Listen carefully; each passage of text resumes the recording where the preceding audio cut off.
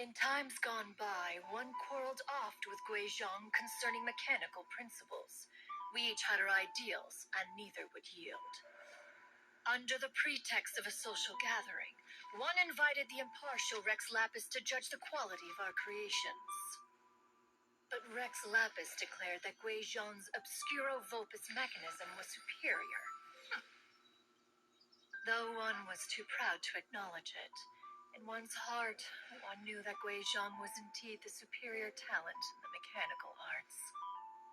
As for the story between Guizhong and Streetward Rambler, that begins with a certain bell. In Guizhong's opinion, while mechanisms were no substitute for human composers, they were yet capable of producing simple but fine melodies. But Streetward Rambler believed music to be an expression of the soul, an emotional enterprise that could never hope to be replicated by machinery. They argued endlessly until one asked Rex Lapis to intercede. He confiscated the bell and designated it for ceremonial use. Thereafter, one would often find them convening in the mountains, discussing music, mechanics, and all the affairs of the mortal world. But these good times were not to last. War broke out between the gods, and soon engulfed the Guili plains. Guizhong was overpowered by the enemy, and fell in battle. When Streetward Rambler and I arrived at the scene at long last, all that remained among the ruins was her lifeless body. After this, at Streetward Rambler's request, Rex Lapis granted her the cleansing bell for safekeeping. To honor our friend's memory, one made a few finishing touches to her ballistic device.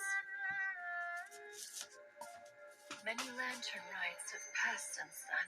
Many greetings and goodbyes. Upon what do you gaze? The Guili Plains?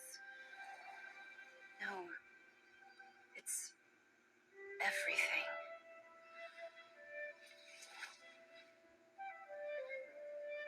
We think of human life as like a lantern that's lit one minute and extinguished the next.